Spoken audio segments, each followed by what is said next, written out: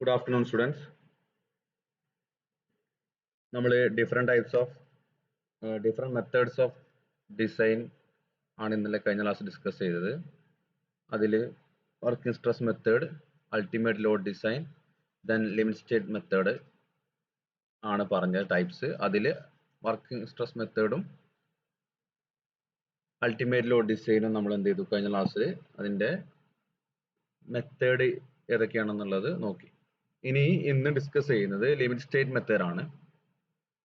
Limit state method എന്താണെന്നും അതിന്റെ classification എന്തൊക്കെയാണെന്നുള്ളത് questions ഉണ്ടാവാറുണ്ട്. നിങ്ങളെ സംബന്ധിച്ചിടത്തോളം IS 800 ഇത് കൃത്യമായിട്ട് അതിന്റെ ഡീറ്റെയിൽസ് ഉണ്ട്. നിങ്ങൾക്ക് തിയറി പോർഷൻസ് തന്നെ അതിലുണ്ട്. എന്തൊക്കെയാണ് അത് വരുന്നത് നമുക്ക് നോക്കാം. IS 800 പേജ് 28 ഇത് വരുന്നത്. ഓക്കെ, എന്താണ് ഒരു ലിമിറ്റ് സ്റ്റേറ്റ് എന്ന് പറഞ്ഞാൽ? ലിമിറ്റ് സ്റ്റേറ്റ് എന്ന് പറഞ്ഞു കഴിഞ്ഞാൽ ഒരു സ്ട്രക്ചറിന്റെ ഫെയിലിയർ ഒക്കർ ചെയ്യുന്നതിന് തൊട്ട് മുന്നേ ഉള്ള ആക്സെപ്റ്റബിൾ ആയിട്ട് നമുക്കതിനെ ലോഡ് ചെയ്യാൻ പറ്റുന്ന ലിമിറ്റ്. അതിന്റെ ഏതൊക്കെ സാറ്റിസ്ഫൈ ചെയ്യണം? സേഫ്റ്റിയും സർവീസബിലിറ്റിയും സാറ്റിസ്ഫൈ ചെയ്തിട്ട് ഒരു മെറ്റീരിയൽ ഫെയിലിയർ ഒക്കർ ചെയ്യുന്നതിന്റെ തൊട്ട് മുന്നേ നമുക്ക് ആക്സെപ്റ്റബിൾ അല്ലെങ്കിൽ അതിൽ കൊടുക്കാൻ പറ്റാവുന്ന മാക്സിമം ലിമിറ്റ് ആണ് ലിമിറ്റ് സ്റ്റേറ്റ് മെത്തേഡ് അല്ലെങ്കിൽ ലിമിറ്റ് സ്റ്റേറ്റ് എന്നുകൊണ്ട് ഉദ്ദേശിക്കുന്നത്. നമ്മൾ നേരത്തെ പറഞ്ഞു അൾട്ടിമേറ്റ് ലോഡ് ഡിസൈനിന്റെ മോഡിഫൈഡ് വേർഷൻ തന്നെയാണ് limit state method. Ultimate load ഡിസൈനിൽ നമ്മൾ മെറ്റീരിയലിന്റെ പ്ലാസ്റ്റിക് ബിഹേവിയറോട് കൺസിഡർ ചെയ്യുന്നുണ്ട്. റിസർവ്ഡ് സ്ട്രെങ്ത് യൂട്ടിലൈസ് ചെയ്യാം.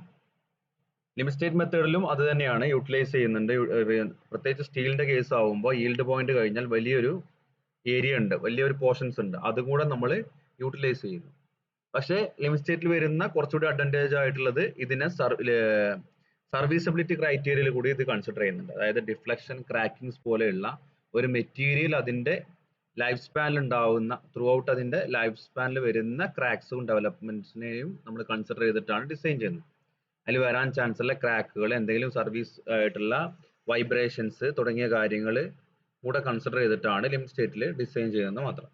ഇവിടെയും പാർഷ്യൽ സേഫ്റ്റി ഫാക്ടർ കൺസിഡർ ചെയ്യുന്നുണ്ട്. സെയിം തന്നെയാണ് ultimate load by permissible load. നമ്മൾ മാക്സിമം എത്താൻ പറ്റാവുന്ന ലോഡ് കണ്ടുപിടിക്കുന്നു, അതിനെ ഒരു പാർഷ്യൽ സേഫ്റ്റി ഫാക്ടർ അല്ലെങ്കിൽ ഫാക്ടർ ഓഫ് സേഫ്റ്റി കൊണ്ട് ഡിവൈഡ് ചെയ്തിട്ട് ആ വാല്യൂവിനെയാണ് നമ്മൾ എന്ത് ചെയ്യുന്നത് ഡിസൈനിന് വേണ്ടി ഉപയോഗിക്കുന്നത്. അതായത് അൾട്ടിമേറ്റ് ലോഡിന്റെ ഒരു ഫ്രാക്ഷൻ മാത്രമേ ഇതിന് ആക്സെപ്റ്റ് ചെയ്യാൻ പറ്റൂ എന്നുള്ളതാണ് നമ്മൾ കൺസിഡർ ചെയ്യുന്നത്. ഓക്കെ, നമ്മൾ പറഞ്ഞു apart from strength criteria it also accounts for serviceability conditions.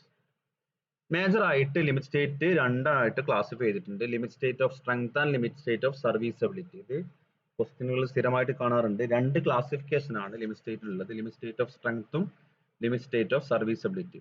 Limit state of strength എന്ന് പറയുന്നത് നമ്മൾ മേജർ ആയിട്ട് വരുന്ന അനാലിസിസ് പാർട്ടുകളാണ്. നമ്മളിപ്പോൾ ഷിയർ ഫോഴ്സ് ബെൻഡിങ് മൊമെന്റ് കാണൂല്ലേ, അതായത് ആ മെമ്പറിന് ആ ലോഡ് താങ്ങാൻ പറ്റുമോ, ഇക്വിലിബ്രിയത്തിൽ നിൽക്കുമോ, അതിന് സഡൻ ആയിട്ടുള്ള ഫെയിലിയർ ഉണ്ടാവുമോ തുടങ്ങിയ കാര്യങ്ങളാണ് ലിമിറ്റ് സ്റ്റേറ്റ് ഓഫ് സ്ട്രെങ്ത്. ഇപ്പൊ നമ്മൾ എല്ലാം ഡിസൈൻ ചെയ്യുന്നത് നമ്മൾ മാക്സിമം ബെൻഡിങ് മൊമെന്റിനെ MU ലിമിറ്റ് വെച്ച് ഇക്വേറ്റ് ചെയ്ത് ചെയ്യുന്ന അതേ കേസ്, അങ്ങനെയാണ് limit state of strength. Then limit state of serviceability. Serviceability എന്ന് പറയുന്നത് അതിന്റെ ആ മെറ്റീരിയൽ സഡൻ ആയിട്ട് സംഭവിക്കുന്നതല്ല, ആ മെറ്റീരിയൽ ലോഡ് ചെയ്ത് അതിന്റെ സർവീസ് പീരീഡ് അത് ഇങ്ങനെ നമ്മൾ ഇത്ര ഒരു ലൈഫ് സ്പാൻ ഉണ്ടാവും അല്ലെ, ആ ലൈഫ് സ്പാൻ ഇടയ്ക്ക് ഇതിന് എന്തെങ്കിലും ക്രാക്കുകൾ വരാൻ ചാൻസ് ഉണ്ടാവും, അല്ലെങ്കിൽ വല്ല ഡിഫ്ലക്ഷൻസ് അല്ലെങ്കിൽ അതിൽ വല്ല വൈബ്രേഷൻസ് കാരണം വല്ല കൊളാപ്സ് സംഭവിക്കാം. അതും കൂടെ നമ്മൾ കൺസിഡർ ചെയ്യുന്നു. ഫ്യൂച്ചറിൽ വരാൻ ചാൻസ് ഉള്ള ലോഡുകൾ കൺസിഡർ ചെയ്ത് ചില ലിമിറ്റ്സ് നമ്മൾ വെക്കുന്നു. ഉദാഹരണത്തിന് ലിമിറ്റ് ഡിഫ്ലക്ഷന് നമ്മളൊരു ലിമിറ്റ് സ്പാൻ ബൈ 350 അല്ലെങ്കിൽ തുടങ്ങിയ വാല്യൂസ് നിങ്ങൾ കണ്ടിട്ടുണ്ടാവും അല്ലെ, ആ വാല്യൂസ് വെക്കുന്നു. അത്രേ നമ്മൾ മാക്സിമം ഡിഫ്ലക്ഷൻ വരാൻ പാടുള്ളൂ എന്ന് കൺസിഡർ ചെയ്ത് കൂടി ചെയ്തിട്ട് എന്ത് ചെയ്യുന്നു, നമ്മൾ ഡിസൈനിൽ ചേഞ്ചസ് വരുന്നു. ആ ഒരു കൺസിഡറേഷൻ കൂടി ചെയ്യുന്നു.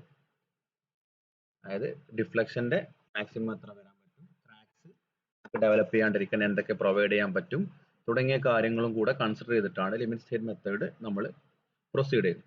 അപ്പോൾ IS 800 പേജ് 28 ലിമിറ്റ് സ്റ്റേറ്റ് മെത്തേഡിന്റെ ഡീറ്റെയിൽസ് ഉണ്ട്. ഇതാണ് പേജ് നമ്പർ 28. ഇവിടെ limit state method, limit state design എന്ന് പറഞ്ഞിട്ട് അതിന്റെ കൂടുതൽ അതിന്റെ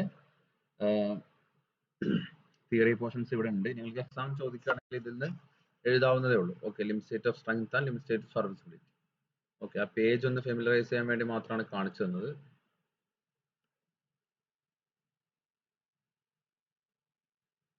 ഇനി ലിമിറ്റ് സ്റ്റേറ്റ് ഓഫ് സ്ട്രെങ്ത് എന്താണെന്ന് നമുക്ക് നോക്കാം. These are associated with failures under the action of probable and most unfavorable combination of loads on the structure using the appropriate partial safety factors. നമ്മൾ വരാൻ ചാൻസ് ഉള്ള മാക്സിമം ലോഡുകൾ ഏതൊക്കെ ലോഡുകൾ എടുക്കുന്നു അതിന്റെ കോമ്പിനേഷൻ അൺഫേവറബിൾ കോമ്പിനേഷൻ എന്ന് പറഞ്ഞാൽ ഏത് ടൈപ്പ് കോമ്പിനേഷനും എടുക്കുന്നു അതിൽ ഏറ്റവും മാക്സിമം ഏതാണോ അതിനാണ് നമ്മൾ ഡിസൈൻ ചെയ്യുന്നത്. അതിനെ ഒരു പാർഷ്യൽ സേഫ്റ്റി ഫാക്ടർ അല്ലേ, നമുക്ക് ലോഡ് കോമ്പിനേഷൻസ് പല ലോഡ് കോമ്പിനേഷൻസും കിട്ടി. ലോഡിന്റെ വാല്യൂസ് 100, 150, 200 അല്ലെങ്കിൽ 50 തുടങ്ങിയ വാല്യൂ കിട്ടി. അപ്പൊ 200-നെയാണ് നമ്മൾ എടുക്കുന്നത്. അതിനെ തന്നെ പാർഷ്യൽ സേഫ്റ്റി ഫാക്ടർ കൊണ്ട് ഡിവൈഡ് ചെയ്യുന്നു. അപ്പോൾ അറൌണ്ട് ഒരു 200 എന്നുള്ളത് ഒരു 180, 170 ആ റേഞ്ചിലാണ് വാല്യൂ വരിക. ആ ഒരു വാല്യൂവിനാണ് നമ്മൾ ഡിസൈൻ ചെയ്യുന്നത്. ഓക്കെ, ഇനി ഇതിൽ എന്തൊക്കെ ഇൻക്ലൂഡ് ചെയ്തിട്ടുണ്ട്? ഇതെല്ലാം ES കോഡിൽ ഉള്ളതാണ്. ലിമിറ്റ് സ്റ്റേറ്റ് ഓഫ് സ്ട്രെങ്ത് എന്ന് പറയുന്നത് ഏതൊക്കെ ഇൻക്ലൂഡ് ചെയ്തിട്ടുള്ള loss of equilibrium of the structure. സ്ട്രക്ചറിന്റെ ഇക്വിലിബ്രിയം നഷ്ടപ്പെടുന്നതിന് നടന്ന കാര്യങ്ങൾ, അതായത് അതിനെ നഷ്ടപ്പെടാതിരിക്കാൻ വേണ്ടി നമ്മൾ അതിനെ പ്രോപ്പർ ആയിട്ട് ഡിസൈൻ ചെയ്യണം. അത് ഏതെങ്കിലും പാർട്ട് ആവാം അല്ലെങ്കിൽ ആ building as a whole equilibrium നഷ്ടപ്പെടുന്ന കണ്ടീഷൻ ആവാം. Loss of stability of the structure, stability നഷ്ടപ്പെടും. ഇക്വിലിബ്രിയം മാത്രമല്ല, ലാറ്ററൽ ആയിട്ടുള്ള സ്റ്റെബിലിറ്റി അല്ലെങ്കിൽ നമ്മൾ ആ മെറ്റീരിയൽ ഏതെങ്കിലും ഒരു ഡയറക്ഷനിലോട്ട് നമ്മുടെ സ്ട്രക്ചർ ഏതെങ്കിലും ഡയറക്ഷനിലോട്ട് സ്വേ ചെയ്ത് പോവുകയോ തുടങ്ങിയ കാര്യങ്ങളാണെങ്കിൽ അതിനെയും കൂടെ കൺസിഡർ ചെയ്തിട്ടാണ് ലിമിറ്റ് സ്റ്റേറ്റ് ഓഫ് സ്ട്രെങ്ത് മുന്നോട്ട് പോകുന്നത്. Okay, failure by excessive deformation, അതിന്റെ സപ്പോർട്ട്സോ ഫൗണ്ടേഷനോ എന്തെങ്കിലും ഡീഫോർമേഷൻ സംഭവിച്ചിട്ട് ഫെയിൽ ചെയ്യുന്നത് കൂടി കൺസിഡർ ചെയ്യുന്നുണ്ട്. Fracture due to fatigue loads എന്താണെന്ന് കഴിഞ്ഞ ക്ലാസ്സിൽ പറഞ്ഞു. റിപ്പീറ്റഡ് ആയിട്ട് വരുന്ന ലോഡുകൾ അല്ലെ, ഒരു ഫ്രീക്വൻസിയിൽ വരുന്ന റിപ്പീറ്റ് ചെയ്ത് വരുന്ന ലോഡുകൾ, സസ്റ്റെയിൻ ചെയ്ത് നിൽക്കുന്നതല്ല, റിപ്പീറ്റ് ചെയ്ത് ട്രെയിൻ ലോഡ് പോലത്തെ ലോഡുകൾ കാരണം ഉണ്ടാകുന്ന ഫാറ്റിക്, അത് കാരണം ഉണ്ടാകുന്ന ഫ്രാക്ചറിനെ കൂടി കൺസിഡർ ചെയ്തിട്ട് നമ്മൾ എന്ത് ചെയ്യുന്നുണ്ട്, ഇതിനൊക്കെ ഓരോ ക്ലോസുകൾ വെച്ചിട്ടുണ്ട്. സ്റ്റേറ്റ് ഡിസൈൻ പറയുമ്പോൾ ഫാറ്റിക് ഫെയിലിയർ വിസ്റ്റാൻഡ് ചെയ്യാൻ വേണ്ടിയിട്ട് ഇത്ര ഡെപ്ത് കൊടുക്കണം, അല്ലെങ്കിൽ ഇത്ര സ്പാൻ ആകുമ്പോൾ ഇത്ര ഡെപ്ത് കൊടുക്കണം തുടങ്ങിയ കാര്യങ്ങൾ അല്ലെ. അല്ലെങ്കിൽ ഇപ്പോൾ കോൺക്രീറ്റ് ആണെങ്കിൽ സ്റ്റേറ്റ് മെത്തേഡിൽ എന്തെങ്കിലും റീഇൻഫോഴ്സ്മെന്റ് എക്സ്ട്രാ പ്രൊവൈഡ് ചെയ്യണം തുടങ്ങിയ കാര്യങ്ങളൊക്കെ കോഡിൽ ക്ലോസുകൾ വെച്ചിട്ടുണ്ട്. ബ്രിട്ടിൽ ഫ്രാക്ചർ എന്ന് പറഞ്ഞാൽ ഡക്റ്റൈൽ ഫ്രാക്ചർ, ബ്രിട്ടിൽ ഫ്രാക്ചർ അല്ലേ, പെട്ടെന്നുണ്ടാകുന്ന ഫെയിലിയറിനെ കൂടി ഇത് ഇൻക്ലൂഡ് ചെയ്തിട്ടുള്ളതാണ് ലിമിറ്റ് സ്റ്റേറ്റ് ഓഫ് സ്ട്രെങ്ത്. അപ്പോൾ loss of equilibrium of the structure, loss of stability of the structure, failure by excessive deformation, fracture due to fatigue, brittle fracture. ഇത് സംഭവങ്ങൾ എന്താണെന്ന് നിങ്ങൾ കാര്യം മനസ്സിലാക്കി വെക്കാം. Then limit state of serviceability. Limit state of serviceability എന്ന് പറയുന്നത് നമ്മൾ അതിന്റെ സർവീസ് പീരീഡിലുള്ള കാര്യങ്ങളാണ്. ഡീഫോർമേഷൻ ആൻഡ് ഡിഫ്ലക്ഷൻ, നമ്മൾ ഒരു മെറ്റീരിയൽ സഡൻ ആയിട്ട് ലോഡ് ചെയ്യുമ്പോൾ തന്നെ അതിൽ ഡീഫോർമേഷൻ അല്ലെങ്കിൽ ഡിഫ്ലക്ഷൻ ഉണ്ടായിക്കൊള്ളുന്നില്ല. സഡൻ ആയിട്ട് ലോഡ് ചെയ്യുമ്പോൾ നമ്മൾ ഡിസൈൻ ചെയ്ത മെറ്റീരിയൽ അതിന് കേപ്പബിൾ അല്ലെങ്കിൽ നമ്മൾ ഡിസൈൻ ഫോൾട്ടി ആണെങ്കിൽ എന്ത് ചെയ്യണം, സ്ട്രെങ്ത് ആസ്പെക്റ്റിൽ അത് എന്ത് ചെയ്യും, ഉടനെ കൊളാപ്സ് ആവും അല്ലേ. അതാണ് സ്ട്രെങ്ത് ക്രൈറ്റീരിയ പറയുന്നത്. അങ്ങനെ കൊളാപ്സ് ആവാണ്ടിരിക്കാൻ വേണ്ടി എന്തൊക്കെ ഡിസൈൻ ചെയ്യണം എന്നാണ് ലിമിറ്റ് സ്റ്റേറ്റ് ഓഫ് സ്ട്രെങ്ത്തിൽ പറയുന്നത്. പക്ഷേ ചില കേസുകളിൽ നമ്മൾ ആ ഒരു സ്ട്രക്ചർ കാസ്റ്റ് ചെയ്യുന്ന അല്ലെങ്കിൽ അത് ബിൽറ്റ് ചെയ്യുന്ന സമയത്ത് ഫെയിലിയറുകളൊന്നും സംഭവിക്കില്ല. പക്ഷേ അതിന്റെ സർവീസ് പീരീഡിൽ എന്തെങ്കിലും ക്രാക്സോ ഡിഫ്ലക്ഷൻസോ വരാം. ഇതാണ് സർവീസബിലിറ്റി ക്രൈറ്റീരിയയിൽ പറയുന്നത്. അത് വരാണ്ടിരിക്കാൻ എന്തൊക്കെ ഡിസൈൻ ചെയ്യണം, എന്തൊക്കെ ഡിസൈൻ ചെയ്യുമ്പോൾ എന്തൊക്കെ ഫാക്ടർ കൺസിഡർ ചെയ്യണം എന്നുള്ളതാണ് ലിമിറ്റ് സ്റ്റേറ്റ് ഓഫ് സർവീസബിലിറ്റിയിൽ പറയുന്നത്. അതിൽ വരുന്നത് ഡീഫോർമേഷൻ ആൻഡ് ഡിഫ്ലക്ഷൻ, എന്തെങ്കിലും ഡീഫോർമേഷനും ഡിഫ്ലക്ഷൻസ് അല്ലെ. ഡിഫ്ലക്ഷൻസ് എന്ന് പറഞ്ഞാൽ നിങ്ങൾക്കറിയാം, ഇപ്പോൾ ഒരു ബീം ആണെങ്കിൽ അത് സാഗ് ചെയ്യും അല്ലെ, ചെറിയ രീതിയിൽ അത് ഡിഫ്ലക്ട് ചെയ്യാൻ chance. Vibrations in the structure, എന്തെങ്കിലും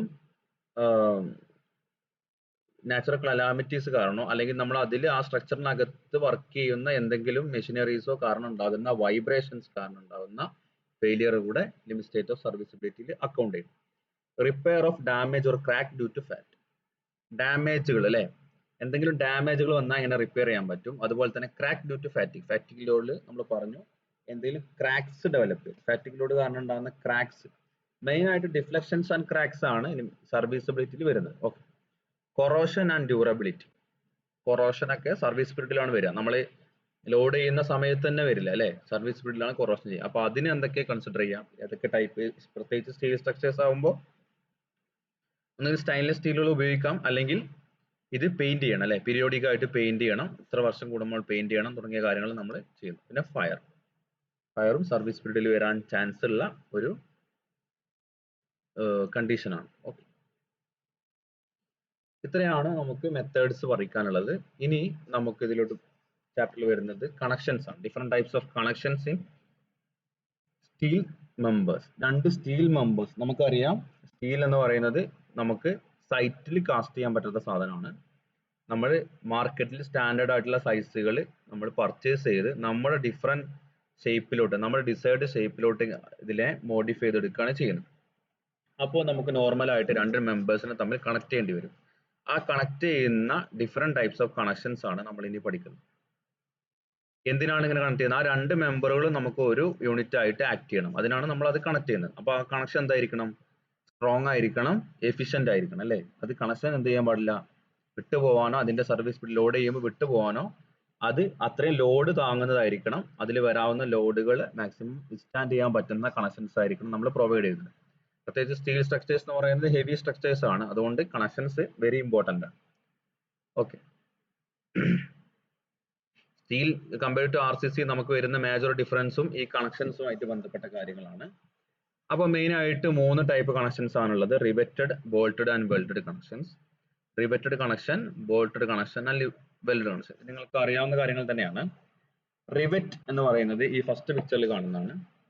റിവെറ്റ് എന്ന് പറയുന്നത് നമുക്ക് ഇങ്ങനെ ഒരു ഷേപ്പ് ആണ് കിട്ടുക. ഒരു ഹെഡ് പോർഷൻ ഉണ്ടാവും, ഒരു ഷാങ്ക് പോർഷൻ ഉണ്ടാവും. ഈ പോർഷനാണ് ഷാങ്ക് എന്ന് പറയുന്നത്. SHANK, shank. ഒരു റിവെറ്റ് നമുക്ക് ഈ ഒരു ചിത്രത്തിൽ കാണിച്ച പോലെ ഈ രണ്ട് പ്ലേറ്റുകൾ തമ്മിലാണ് കണക്ട് ചെയ്യേണ്ടത്. നമ്മൾ രണ്ട് ഡിഫറെന്റ് സ്റ്റീൽ പ്ലേറ്റുകളാണ്, അതാണ് കണക്ട് ചെയ്യണമെന്നുണ്ടെങ്കിൽ നമ്മൾ അത് തമ്മിൽ രണ്ടും കൂടെ ഒരുമിച്ച് വെച്ചൊരു ഹോള് ഉണ്ടാകും. ഒരു റിവെറ്റ് ഹോൾ എന്ന് പറയും. ഈ ഹോള് മെയ്ഡ് ചെയ്തിട്ട് അതിനകത്തേക്ക് നമ്മൾ മാനുഫാക്ചർ നമ്മൾ പർച്ചേസ് ചെയ്യുന്ന റിവെറ്റ് അതിനകത്തേക്ക് ഇൻസേർട്ട് ചെയ്യും. അതിനുശേഷം താഴെ വരുന്ന പോർഷൻ എന്ത് ചെയ്യുന്നു? ഹോട്ട് റോൾ എന്നാണ്, നമ്മൾ ഹീറ്റ് കൊടുത്തതിന് ശേഷം അത് ഹാമർ ചെയ്ത് പരത്തുകയാണ് ചെയ്യുന്നത് താഴെയുള്ള പോർഷൻ. ഇതാണ് ഡ്രിവൺ ഹെഡ്, ഇത് ഷോപ്പ് ഹെഡ്, അല്ലെ? ഫീൽഡ് ഹെഡ് എന്നും പറയും. അപ്പോൾ ഇതിവിടെ ഒരു ലോക്കിംഗ് അറേഞ്ച്മെന്റ് ആയില്ലേ? ഇങ്ങനെയാണ് റിവെറ്റ് ചെയ്യുന്നത്. ഓക്കെ, റിവെറ്റിന് ഒരു ഹെഡ് ഉണ്ടാവും, ഒരു ഷാങ്ക് ഉണ്ടാവും, അല്ലെ? ഒരു ഷോപ്പിൽ നിന്ന് വരുന്ന ഷോപ്പിൽ നമ്മൾ പർച്ചേസ് ചെയ്യുന്ന ഒരു സൈഡിൽ മാത്രമേ ഹെഡ് ഉണ്ടാവുന്നുള്ളൂ, അല്ലെ? അത് ഷാങ്ക് പോർഷൻ നമ്മൾ ഉണ്ടാക്കിയ ഹോളിലോട്ട് ഇൻസേർട്ട് ചെയ്ത് ഓപ്പോസിറ്റ് എൻഡ് നമ്മൾ ഈ ഒരു എൻഡ് ഷോപ്പ് ഹെഡ് ഹോൾഡ് ചെയ്ത് പിടിച്ച് മറ്റേ എൻഡ് എന്ത് ചെയ്യുന്നു? ചൂടാക്കിയതിനു ശേഷം അടിച്ച് പരത്തുന്നു. ഇതാണ് റിവെറ്റിംഗ് പ്രോസസ്. ബോൾട്ടഡ് നിങ്ങൾക്ക് അറിയാം, നട്ട് ആൻഡ് ബോൾട്ടിൽ കണ്ടിട്ടുള്ളതാണ്. ഇതിനും ഒരു ഹെഡും ഷാങ്ക് പോർഷൻ ഉണ്ട്. ഈ ഷാങ്ക് പോർഷൻ ത്രെഡഡ് ആണ്. ആ ത്രെഡഡ് പോർഷനിലോട്ട് ഒരു നെറ്റ് നമ്മൾ ടൈറ്റ് ചെയ്യുകയാണ് ചെയ്യുന്നത്. ഇതാണ് bolted connections. Then welded connection. Welded connection നിങ്ങൾക്ക് അറിയാം, രണ്ട് മെറ്റലിനെ ഹീറ്റ് ചെയ്ത് അതിനിടക്ക് ഒരു മെറ്റൽ ഇൻസേർട്ട് ചെയ്ത് അത് ജോയിൻ ചെയ്യുകയാണ്, അല്ലെ? അതിനെയാണ് വെൽഡഡ് പോർഷൻ. നമുക്ക് ഡീറ്റെയിൽ ആയിട്ട് നോക്കാം. First one, riveted connection. എന്താണ് റിവെറ്റിംഗ്? നമുക്ക് സെന്റൻസ് ആയിട്ട് എഴുതാം. Riveting is A method of joining together pieces of metal by inserting ductile metal pins called rivets into holes of metal pieces to be connected and forming a head at the end of rivet to prevent each metal piece from coming out. രണ്ട് metal പീസിനകത്തേക്ക് ഒരു metal പിന്ന്, അല്ലെ? Metal പിൻ എന്ന് പറയുന്നത് നമ്മുടെ rivet ആണ്. അത് insert ചെയ്ത് എന്നിട്ട്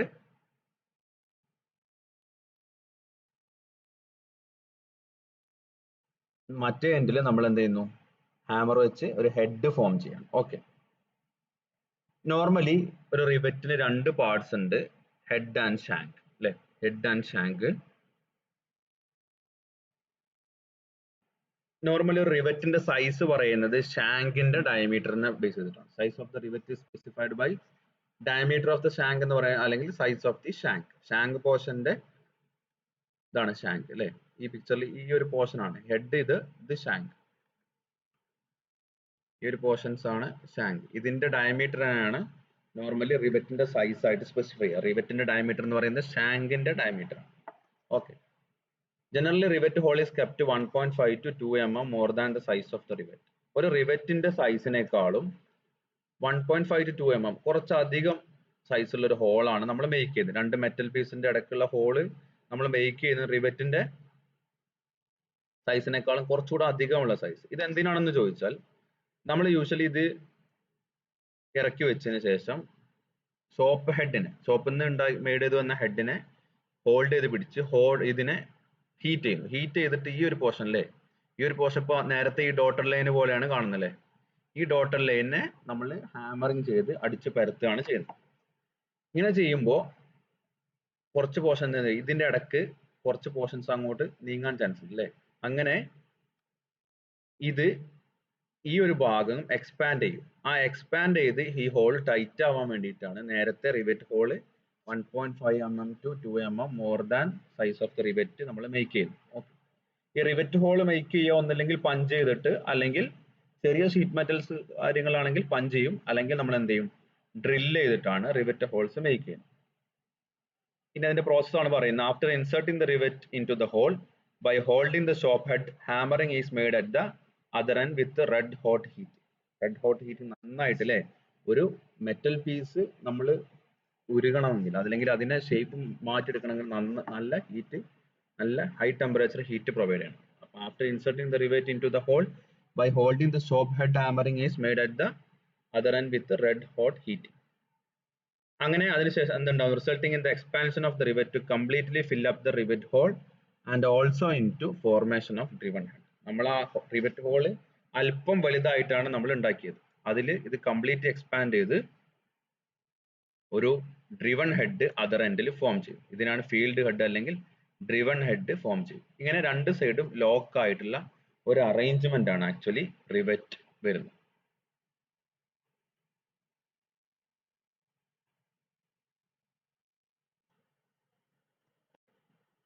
ഇതാണ് റിവറ്റഡ് കണക്ഷൻസ്. നോർമലി നമ്മൾ പറഞ്ഞു ഒരു ഡ്രിവൺ റിവറ്റിന്റെ ഷേപ്പ് ചിത്രമാണ് ഇത്. ഷോപ്പ് ഹെഡ് ഉണ്ടാവും, ഒരു ഫീൽഡ് ഹെഡ് ഉണ്ടാവും. നോർമലി മാർക്കറ്റിൽ അവൈലബിൾ ആയിട്ടുള്ള ഈ ഹെഡിന്റെ ഷേപ്പ് അനുസരിച്ച് ഡിഫറെന്റ് ടൈപ്സ് ഓഫ് റിവറ്റ്സ് ഉണ്ട്. അതിൽ snap head, pan head, flat counter sung head, round counter sung head തുടങ്ങിയ പേരുകളിൽ അറിയപ്പെടുന്ന ഡിഫറെന്റ് ടൈപ്സ് ഓഫ് റിവറ്റ്സ് മാർക്കറ്റിൽ അവൈലബിൾ ആണ്. ഇതിന്റെ ഹെഡിന്റെ ഷേപ്പ് അനുസരിച്ചാണ് ഇത് വേരി ചെയ്യുന്നത്. ഇത് നിങ്ങൾ ജസ്റ്റ് ഇതിന്റെ നെയിംസ് മാത്രമേ ഉള്ളൂ നിങ്ങൾക്ക്. ഇതിൽ ഏറ്റവും കോമൺ ആയിട്ട് കാണപ്പെടുന്നത് സ്നാപ്പ് ഹെഡ് ആണ്. അതാണ് ഈ ഫസ്റ്റ് പിക്ചറിൽ കാണിക്കുന്നത് snap head. Then pan head അല്ലെങ്കിൽ ഫ്ലാറ്റ് ഹെഡ് എന്ന് പറയുന്നത് ഈ ഒരു ടൈപ്പ് ആണ്. Flat counter sung. Counter sung എന്ന് പറയുന്നത് ഇവിടെ ചെറിയൊരു ടേപ്പറിങ് നിങ്ങൾക്ക് കാണാൻ പറ്റും അല്ലെ. ചെറിയൊരു ഇതിന്റെ വിഡ്ത്തിന്നും കുറഞ്ഞു വരുന്നതായിട്ട് കാണാൻ പറ്റും. ചെറിയൊരു ടേപ്പറിങ് ഈ പിക്ചറിലും കാണാൻ പറ്റും.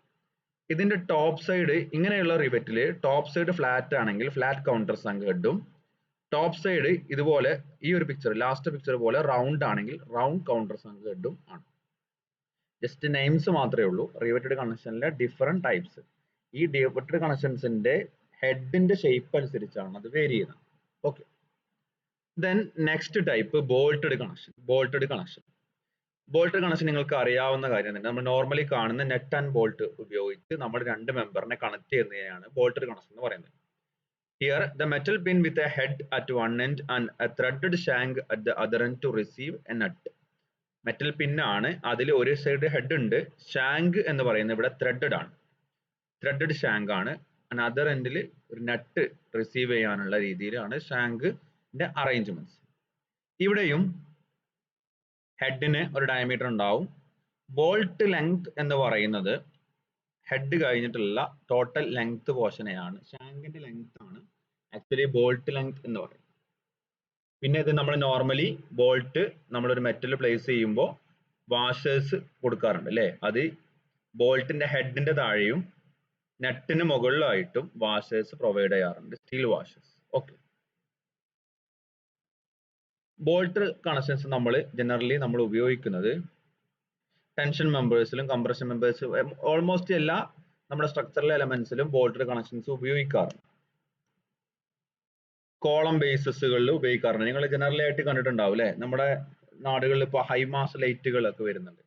ഇതിന്റെ ഹൈമാസ് ലൈറ്റുകൾ ഒരു അലൂമിനിയം മെമ്പർ, ഒരു അലൂമിനിയം സ്ട്രക്ചർ ആയിട്ടുള്ള ഹോളോ ആയിട്ടുള്ള ഒരു സിലിണ്ടർ ആണ് ഇതിന്റെ പില്ലർ. ഇത് ബേസ് ഉറപ്പിച്ചേക്കുന്നത് ഒരു കോൺക്രീറ്റിലാണ്. നോർമലി ആ കോൺക്രീറ്റില് ബോൾട്ടുകൾ ഫിക്സ് ചെയ്ത് കോൺക്രീറ്റിൽ ഉറപ്പിച്ച് ആ ബോൾട്ട് വെച്ച് ടൈറ്റ് ചെയ്യാണ് ഈ കോളംസ് ചെയ്യാറ്. നോർമലി നമ്മുടെ ടവറുകളൊക്കെ ഇങ്ങനെ തന്നെയാണ് ഫിക്സ് ചെയ്യുന്നത്. ഇതാണ് കോളം ബേസ് എന്ന് ഉദ്ദേശിക്കുന്നത്, കോളത്തിന്റെ ബേസ്. അത് ആ കോളം ബേസിലോട്ട് കോളംസ് കണക്ട് ചെയ്യുന്നത് ബോൾട്ടുകൾ വഴിയാണ്. നോർമലി ബോൾട്ട് കണക്ഷൻസ് ആണ് ഉണ്ടാവുക. നിങ്ങളറിയാം ടവർ എന്ന് പറയുന്നത് വലിയൊരു സിലിണ്ടർ കോളാണ് അല്ലെ. ആ കോളം കോൺക്രീറ്റിൽ ഉറപ്പിച്ച് വെച്ചിട്ടുള്ളത് ഇത്തരം ബോൾട്ടഡ് കണക്ഷൻസ് ആണ്. നമ്മൾ ബോൾട്ടിന്റെ ഷാങ്ക് പോർഷൻ ആൻഡ് ഹെഡ് എന്ത് ചെയ്യുന്നു, ഹെഡ് പോർഷൻ കോൺക്രീറ്റിൽ ഫിക്സ് ചെയ്ത് വെക്കും. എന്നിട്ട് നമ്മുടെ കൺസേൺ ആയിട്ടുള്ള കോളം അതിൽ ഇറക്കി വെച്ച് നെറ്റ് വെച്ച് ടൈറ്റ് ചെയ്യാണ് ചെയ്യുക. ഓക്കെ, ഇനി ഒരു ബോൾട്ടഡ് കണക്ഷൻസിന്റെ അഡ്വാൻറ്റേജസ് എന്തൊക്കെയാണെന്ന് നോക്കാം. നമുക്ക് അതിന്റെ ഇറക്ഷൻ സ്പീഡ് അപ്പ് ചെയ്യാൻ പറ്റും. ബോൾട്ടഡ് കണക്ഷൻസിന്റെ ഇറക്ഷൻ സ്പീഡ് അപ്പ് ചെയ്യാം. കാരണം ഇവിടെ ഹോട്ട് ആയിട്ടുള്ള ഹോട്ട് ട്രീറ്റ്മെന്റ് ഒന്നും ഇല്ല, ചൂടാക്കിയിട്ട് ഹാമർ ചെയ്യുന്ന പ്രവർത്തനങ്ങളൊന്നും ഇല്ല. നമുക്ക് ഇറക്ഷൻ സ്പീഡ് ആക്കാൻ പറ്റും. സ്കിൽഡ് പേഴ്സൺസിന്റെ ആവശ്യമില്ല. നിങ്ങൾക്കറിയാം റിവറ്റ് ആയിട്ട് കമ്പയർ ചെയ്യുമ്പോഴാണ് നമ്മൾ ഈ അഡ്വാൻറ്റേജസ് ഒക്കെ പറയുന്നത്. റിവറ്റ് എന്ന് പറയുന്നത് ഹോട്ട് ഡ്രിവൺ ആണ്. നമ്മൾ ചൂടാക്കി അതിന്റെ ഒരു ഓപ്പോസിറ്റ് എൻഡ് ഹാമർ ചെയ്ത് അവിടെ ഒരു ഹെഡ് ഫോം ചെയ്യാം. അതുകൊണ്ട് തന്നെ ഒരു സ്കിൽഡ് ആയിട്ടുള്ള മേസൺസിന് മാത്രമേ അത് ചെയ്യാൻ പറ്റൂ. എന്നാൽ ഒരു ബോൾട്ടഡ് കണക്ഷൻ അത്രയും സ്കിൽഡ് ആയിട്ടുള്ള മേസൺസിന്റെ ആവശ്യം അല്ലെങ്കിൽ ലേബേഴ്സിന്റെ ആവശ്യമില്ല. നമുക്ക് just nut and bolt tight ആണ്. അത് ഒരു ടൂൾ ഉണ്ടെങ്കിൽ ആർക്കും ചെയ്യാവുന്നതേ ഉള്ളൂ. ഇനി കോസ്റ്റ് കമ്പാരിസൺ ആണ്. The overall cost of bolted construction is cheaper than that of riveted construction because of reduced labour. നമ്മൾ പറഞ്ഞു റെഡ്യൂസ്ഡ് ലേബർ ഒരു കാരണം. എക്യുപ്മെന്റ് കോസ്റ്റും കുറവാണ്. കാരണം നമുക്ക് അവിടെ ഹോട്ട് ചെയ്യണമെങ്കിൽ അതിൽ ചൂടാക്കണമെങ്കിൽ റിവറ്റിന്റെ കേസിൽ നല്ല ഹെവി എക്യുപ്മെന്റ്സ് വേണം. നിങ്ങൾക്കറിയാം ഒരു സ്റ്റീൽ അല്ലെങ്കിൽ ഒരു മെറ്റൽ പാർട്ട് ചൂടാക്കി അതിന്റെ ഡിസേർട്ട് ഷേപ്പിലോട്ട് മാറ്റണമെങ്കിൽ ഹൈ ടെമ്പറേച്ചർ വേണം. നമുക്ക് ഗ്യാസ് ലൈറ്റർ പോലത്തെ എക്യുപ്മെന്റ്സ് വേണ്ടി വരും. Okay, smaller number of bolts required for resisting same load. Load comparison ചെയ്യുമ്പോൾ ഒരേ ലോഡ് എടുക്കാൻ റിവറ്റിനേക്കാളും കുറവ് എണ്ണം ബോൾട്ടുകൾ മതി. അതുകൊണ്ട് തന്നെ ബോൾട്ടഡ് കണക്ഷൻസ് റിവറ്റ് കണക്ഷനേക്കാളും അഡ്വാൻറ്റേജസ് ആണ്. മാത്രമല്ല നമുക്ക് എന്തെങ്കിലും മോഡിഫിക്കേഷൻസ് വരുത്തണം എന്നുണ്ടെങ്കിൽ ബോൾട്ടഡ് കണക്ഷൻസ് പെട്ടെന്ന് എന്ത് ചെയ്യാൻ പറ്റും, നമുക്ക് അതിനെ റിമൂവ് ചെയ്യാനും ആഡപ്പ് ചെയ്യാനും ഈസിയാണ്. റിവറ്റ് കണക്ഷൻ എന്ന് പറഞ്ഞാൽ ഒരു പെർമനന്റ് കണക്ഷൻ ആണ്. അതുകൊണ്ട് തന്നെ അത് ചെറിയ ബുദ്ധിമുട്ടുകൾ ഉണ്ടാവും.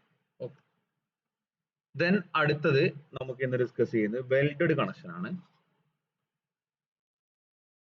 വെൽഡ് കണക്ഷൻ നിങ്ങൾക്ക് അറിയാം, two members are joined together by weld, by means of weld. Welded connection ആണ് മോസ്റ്റ് എഫിഷ്യന്റ് ആയിട്ടുള്ള കണക്ഷൻ സ്ട്രെങ്ത് വൈസ് അല്ലെ. നമുക്ക് രണ്ട് മെമ്പർ തമ്മിൽ ജോയിൻ ചെയ്യാണ്. രണ്ട് മെമ്പർ ജോയിൻ ചെയ്യുമ്പോൾ ജോയിൻ ചെയ്ത് കഴിഞ്ഞാൽ ആ രണ്ട് മെമ്പർ കൂടി ആക്ടിങ് ടുഗദർ ആണ്. അത് ജോയിൻ ചെയ്ത് കഴിഞ്ഞാലും ഇൻഡിവിജ്വൽ മെമ്പറിന്റെ അതേ സ്ട്രെങ്ത് ആ ഒരു ജോയിന്റിന് ലഭിക്കണം എന്നുണ്ടെങ്കിൽ അത് ഏറ്റവും സൂട്ടബിൾ ആയിട്ടുള്ള വെൽഡ് ആണ്. മറ്റത് ചെറിയ രീതിയിലുള്ള സ്ലിപ്പുകൾ ഉണ്ടാവും. സ്ലിപ്പുകൾ എന്ന് പറഞ്ഞു കഴിഞ്ഞാൽ ലോസുകൾ അല്ലെ. രണ്ട് മെമ്പർ സെപ്പറേറ്റ് ആയിട്ട് ബോൾട്ട് ചെയ്യുകയാണെന്നുണ്ടെങ്കിൽ അവിടെ ഹെവി ലോഡ് വരുമ്പോൾ ചെറുതായിട്ട് സ്ലിപ്പുകൾ വരാൻ ചാൻസ് ഉണ്ട്, ലോസുകൾ വരാൻ ചാൻസ് ഉണ്ട്. ആ രണ്ട് മെമ്പറിന്റെ ഇൻഡിവിജ്വൽ മെമ്പറിന്റെ സെയിം സ്ട്രെങ്ത് ഈ ജോയിന്റിന് ഉണ്ടായിക്കൊള്ളണം എന്നില്ല. എന്നാൽ ഒരു വെൽഡ് ചെയ്യുന്നതോടുകൂടി രണ്ട് മെമ്പർ തമ്മിൽ വെൽഡ് ചെയ്യുന്നതോടുകൂടി റിസൾട്ടിംഗ് എന്ന് പറയുന്നത് ഒരു ഒറ്റ മെമ്പർ ഉള്ള പോലെ തന്നെയാണ് അതിന്റെ എഫക്റ്റ് വരുന്നത്. അതുകൊണ്ട് തന്നെ സെയിം സ്ട്രെങ്ത് ഐഡിയൽ കേസിൽ ഐഡിയൽ വെൽഡിംഗ് ആണെങ്കിൽ എക്സാക്ട് വെൽഡിംഗ് ആണെങ്കിൽ അത് നമുക്ക് അച്ചീവ് ചെയ്യാൻ പറ്റും എന്നുള്ളതാണ്. Okay, here the metallurgical bond is establish. നമ്മൾ ആ മെറ്റീരിയലിനെ ആ ഒരു പോർഷൻ നമുക്ക് ജോയിൻ ചെയ്യേണ്ട പോർഷനിൽ ഹെവി ഹീറ്റ് കൊടുത്ത് അതിനെ എന്ത് ചെയ്യുന്നു, മെൽറ്റ് ചെയ്യിപ്പിച്ച് അതിന്റെ ഇടക്ക് ഒരു വെൽഡ് അല്ലെ, ഒരു വെൽഡിംഗ് റോഡ് ഒരു നമ്മുടെ ഒരു മെറ്റൽ ഇൻസേർട്ട് ചെയ്ത് അവിടെ ജോയിൻ ചെയ്യിപ്പിക്കുകയാണ് ചെയ്യുന്നത്. അവിടെ മെറ്റലർജിക്കൽ ആയിട്ടുള്ള മെറ്റീരിയൽ പ്രോപ്പർട്ടിയിൽ വരുന്ന ഒരു ബോണ്ടാണ് ഇവിടെ ക്രിയേറ്റ് ചെയ്യുന്നത്. The element to be connected are brought close. അതിന്റെ പ്രോസസ് ആണ് പറയുന്നത്. Element to be connected are brought close. നമ്മൾ രണ്ട് മെറ്റീരിയലിനെ അടുത്ത് കൊണ്ടുവരുന്നു. And then metal is melted by means of electrical arc or oxy acetylene flame. Electrical arc welding ഉണ്ട്, gas welding ഉണ്ട് അല്ലെ.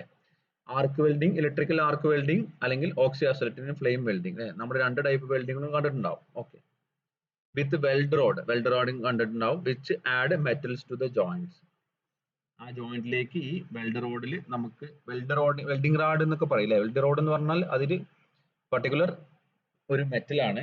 അതിന് പുറമെ അതിന്റെ ഒരു ഫ്ലെക്സും ഉണ്ടാവും അല്ലെ.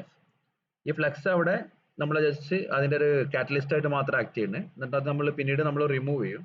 ഈ മെറ്റല് ഹീറ്റായി നമ്മുടെ ജോയിന്റിലോട്ട് ഇറങ്ങി അവിടെ അവിടെ സെറ്റ് ആവുകയാണ് ചെയ്യുന്നത്. അതെ, ഒന്നുകൂടെ പ്രോസസ് പറയാം. The element to be connected are brought closer and the metal is melted by means of electrical arc or oxyacetylene flame along with the weld rod which add metals to the joint. ആ metal ജോയിന്റിലേക്ക് ഈ weld road എന്നുള്ള metal അതിലേക്ക് add up ആവും. അങ്ങനെയാണ് അവിടെ bond അല്ലെങ്കിൽ ഒരു connection create ചെയ്യുന്നത്.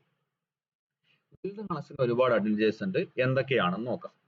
നമുക്കറിയാം, ഒരു റിവറ്റ് അല്ലെങ്കിൽ ബോൾട്ടഡ് കണക്ഷൻ ഉണ്ടാകണമെങ്കിൽ നമുക്ക് റിവറ്റ് കണക്ഷൻ, രണ്ട് പ്ലേറ്റുകൾ തമ്മിൽ റിവറ്റഡ് കണക്ഷൻ ആവണമെന്നുണ്ടെങ്കിൽ ആ പ്ലേറ്റുകൾ തമ്മിൽ ഡ്രിൽ ചെയ്ത് ഒരു ഹോൾ ഉണ്ടാക്കണം അല്ലേ.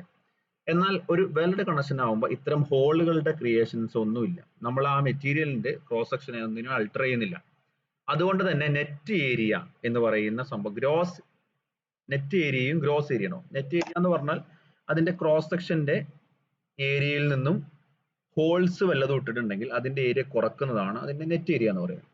ഗ്രോസ് ഏരിയ എന്ന് പറഞ്ഞാൽ കംപ്ലീറ്റ് ഏരിയ. നമ്മളൊരു വെൽഡിംഗ് ആവുമ്പോൾ അതിന്റെ കംപ്ലീറ്റ് ഏരിയയും യൂട്ടിലൈസ് ചെയ്യപ്പെടുകയാണ്. നേരെ മറിച്ച് നമ്മളൊരു ഹോള് പ്ലേസ് ചെയ്യുമ്പോൾ ആ ഹോളുടെ പോർഷൻ ആ ക്രോസ് സെക്ഷൻ അല്ലെങ്കിൽ ആ ലെങ്ത്തിൽ നിന്നും മാറും അല്ലെ. അത് നമ്മൾ ലോഡ് റെസിസ്റ്റ് ചെയ്യാൻ അത്രയും പോർഷൻസ് ഒഴിവായി അല്ലെ.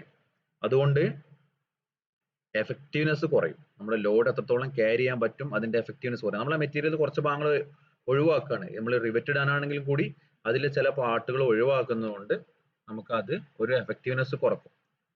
പക്ഷെ വെൽഡിങ്ങിന്റെ കേസിൽ ഗ്രോസ് ഏരിയ കംപ്ലീറ്റ് ഏരിയയും നമ്മളെ ലോഡിങ്ങിൽ ടേക്ക് പാർട്ട് ചെയ്യും. മെറ്റീരിയൽസിന്റെ മോർ എഫിഷ്യന്റ് യൂസ് അതുകൊണ്ട് തന്നെ വെൽഡഡ് കണക്ഷനിലാണ് നമുക്ക് അവൈലബിൾ ആയിട്ടുള്ളത് അല്ലെ. വെൽഡഡ് ജോയിന്റ്സിന്റെ ഏറ്റവും വലിയ പ്രത്യേകത എന്ന് പറഞ്ഞാൽ they are better for fatigue loads and impact loads and vibrations. Fatigue ലോഡ്സിന്റെ കേസിലും ഇമ്പാക്ട് ലോഡിന്റെ കേസിലും വൈബ്രേഷൻസിന്റെ കേസിലൊക്കെ വെൽഡഡ് കണക്ഷൻസ് ആണ് കൂടുതൽ ഉപയോഗിക്കുന്നത്. നിങ്ങൾക്കറിയാം, നേരത്തെ റെയിൽവേ യിൽ വരുന്ന റെയിൽവേ ലൈനുകളിലെ റെയിൽസ് അത് തമ്മിൽ നോർമലി ഒരു 12 മീറ്റർ ആണ് ഒരു റെയിലിന്റെ ലെങ്ത് ഉണ്ടാവും. അത് തമ്മിൽ കണക്ട് ചെയ്ത് പോവാണ് ചെയ്യാം. നോർമൽ നേരത്തെ ഉണ്ടായിരുന്ന കേസിൽ ഫിഷ് പ്ലേറ്റ് എന്ന് പറയും. രണ്ട് റെയിലുകൾ തമ്മിൽ രണ്ട് റെയില്, ഉദാഹരണത്തിന് ഒരു റെയില് ഇങ്ങനെ ഉണ്ട്, അടുത്ത റെയിൽ ഇങ്ങനെ ഉണ്ടെങ്കിൽ നേരത്തെ ഉണ്ടായിരുന്ന കേസുകൾ എന്ന് പറഞ്ഞാൽ ഈ രണ്ട് സൈഡിലും ഓരോ പ്ലേറ്റ് വെച്ച് ഇങ്ങനെ ബോൾട്ട് ചെയ്യുകയാണ് ചെയ്തിരുന്നത്. അതാണ് ബോൾട്ടഡ് കണക്ഷൻ ആയിരുന്നു അവിടെ.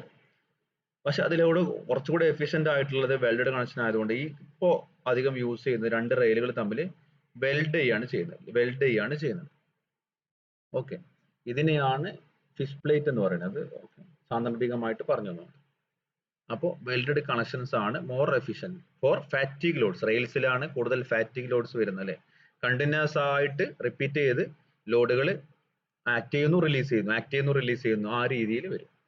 Impact loads and vibration. Impact loads എന്ന് പറഞ്ഞാൽ സഡൻ ആയിട്ട് വരുന്ന ലോഡുകൾ അല്ലെ. എന്തെങ്കിലും ഹാമറിങ് എഫക്റ്റുകളോ അത്തരം ലോഡുകളാണ് ഇമ്പാക്ട് ലോഡ്. ഷോർട്ട് ടൈമിൽ വരുന്ന ഹെവി ലോഡ്സ്, അതാണ് ഇമ്പാക്ട് ലോഡ് കൊണ്ട് ഉദ്ദേശിക്കുന്നത്. അപ്പൊ നമ്മുടെ ആക്സിഡന്റൽ ആയിട്ട് വല്ലതും വന്ന് ഇടിക്കുകയാണെങ്കിൽ ഷോർട്ട് ടൈമിൽ ഹെവി ലോഡ് വന്ന് ആക്ട് ചെയ്യണം, അതാണ് ഇമ്പാക്ട് ലോഡ്. പിന്നെ ദെൻ വൈബ്രേഷൻസ്. എന്തെങ്കിലും മെഷീനറി എക്യുപ്മെന്റ്സ്, ഇപ്പോൾ നമ്മൾ വർക്ക്ഷോപ്പുകൾ ബിൽഡിങ്ങുകളൊക്കെ ആണെങ്കിൽ അവിടെ റോട്ടറി മെഷീൻസ് ഉണ്ടാവും. എന്തെങ്കിലും പമ്പുകളോ അല്ലെങ്കിൽ ഇപ്പോ ഒരു ഫ്ലോർ മില്ല്, നമ്മൾ അരിയൊക്കെ പൊടിക്കുന്ന മില്ല് ആണെങ്കിൽ അത് സ്ഥിരമായിട്ട് റോട്ടറി പാർട്സ് ഉണ്ടാവും. ഈ റോട്ടറി പാർട്സിന്റെ മൂവ്മെന്റ് കാരണം നമുക്ക് വൈബ്രേഷൻസ് ഉണ്ടാവും. ഈ വൈബ്രേഷൻസ് നമ്മളെ സ്ട്രക്ചറിനെ ലോട്ട് എഫക്ട് ചെയ്യും. അത്തരം വൈബ്രേഷൻസ് ഒക്കെ വരുന്ന കേസിൽ ഏറ്റവും ബെറ്റർ വെൽഡഡ് ജോയിന്റ്സ് ആണ്. കാരണം വൈബ്രേഷൻസ് ആകുമ്പോൾ നിങ്ങൾക്ക് നോക്കിയാൽ മനസ്സിലാവും, ഈ ബോൾട്ടഡ് കണക്ഷൻസ് ഒക്കെ ആകുമ്പോൾ അത് എന്ത് ചെയ്യാം, ത്രെഡ് നിന്ന് ലൂസായി വരാനുള്ള ചാൻസ് കൂടുതലാണ്. Speedy fabrication and erections. Speedy fabrication തന്നെയാണ്. നമുക്ക് ഹോൾസ് മേക്ക് ചെയ്യേണ്ട, നമുക്ക് ജസ്റ്റ് രണ്ടും ഒരുമിച്ച് വെച്ച് ജസ്റ്റ് നമ്മൾ വെൽഡിംഗ് റോഡ് വഴി വെൽഡ് ചെയ്താൽ മാത്രം മതി, ഹോൾസ് മേക്ക് ചെയ്യേണ്ട. പിന്നെ മാത്രമല്ല, ഇത് റിവറ്റ് ആണെങ്കിലും ബോൾട്ട് ആണെങ്കിലും നമ്മൾ ഹോൾസ് മേക്ക് ചെയ്യാൻ തന്നെ അത്യാവശ്യം ടൈം എടുക്കും. മെറ്റൽ പീസിന്റെ മുകളിലാണ് നമ്മൾ ഹോൾസ് മേക്ക് ചെയ്യുന്നത്. കറസ്പോണ്ടിങ് ആയിട്ടുള്ള മെഷീനറീസ് വേണം, ഡ്രില്ല് വേണം. ഇപ്പോൾ ഷീറ്റ് മെറ്റലൊക്കെ ആണെങ്കിൽ പഞ്ച് ചെയ്യണം, അങ്ങനെ ഹോൾസ് മേക്ക് ചെയ്യണം. അതൊക്കെ നമുക്ക് റിസ്ക് ആണ്. സ്പീഡി ആയിട്ടുള്ള ഫാബ്രിക്കേഷനും നമുക്ക് വെൽഡ് കണക്ഷന്റെ ഒരു അഡ്വാൻറ്റേജ് തന്നെയാണ്. ഇത്രയാണ് ഇന്നത്തെ ക്ലാസ്സിൽ നമുക്ക് ഡിസ്കസ് ചെയ്യുന്നത്. അടുത്ത ക്ലാസ് തൊട്ട് നമുക്ക് പ്രോബ്ലമാറ്റിക് ആയിട്ടുള്ള ടോപ്പിക്സ് ആണ് വരുന്നത്. ഒന്ന് strength of weld, strength of joint, അതുപോലെ തന്നെ ഒരു വെൽഡിന്റെ ഡിസൈൻ. കുറച്ചധികം പ്രോബ്ലംസ് ചെയ്യാം. തിയറി പോർഷൻസ് ഞാൻ കുറച്ച് ഫാസ്റ്റ് ആയിട്ടാണ് പോയിട്ടുള്ളത്. പ്രോബ്ലംസ് മാക്സിമം ചെയ്യാം. എന്നിട്ട് ഓരോ മൊഡ്യൂൾ കഴിയുമ്പോഴേക്കും അതിൽ നിന്ന് വരുന്ന ക്വസ്റ്റ്യൻസ് ഡിസ്കസ് ചെയ്യണമെന്ന് വിചാരിക്കുന്നുണ്ട്. അതുകൊണ്ടാണ് ഇത്തിരി ഫാസ്റ്റ് ആയിട്ട് പോയത്. ഇത്രയേ ഉള്ളൂ നിങ്ങൾ തിയറി പോർഷൻസ്. പിന്നെ നിങ്ങൾ ശ്രദ്ധിക്കേണ്ട ഒരു കാര്യം, ഇതിൽ വരുന്ന തിയറി ഭാഗങ്ങൾ ഒട്ടുമിക്കതും നിങ്ങളുടെ കോഡിൽ അവൈലബിൾ ആണ്. അത് ഒന്ന് ആ പേജുകൾ ഒന്ന് മറിച്ച് നോക്കിയാൽ തന്നെ കിട്ടാവുന്നതാണ്. ഓക്കെ, എനിവേ എത്രയാണ് കണക്ഷൻസ്? അപ്പൊ riveted connection, boarded connection and welded connection. ഇത് ഏത് സ്റ്റീലിന് മേജർ ആയിട്ട് പഠിക്കാനുള്ളത് ഈ കണക്ഷൻസിന്റെ സ്ട്രെങ്ത്തും അതിന്റെ ഡിസൈനുമാണ് സ്റ്റീലിന്റെ ഡിസൈനിൽ മേജർ ആയിട്ട് നമുക്ക് പഠിക്കാനുള്ളത്. ഓക്കെ, എനിവേ എത്രയാണ് ഇന്നത്തെ ക്ലാസ് വൈൻഡ് അപ്പ് ചെയ്യാണ്. Anyway thank you.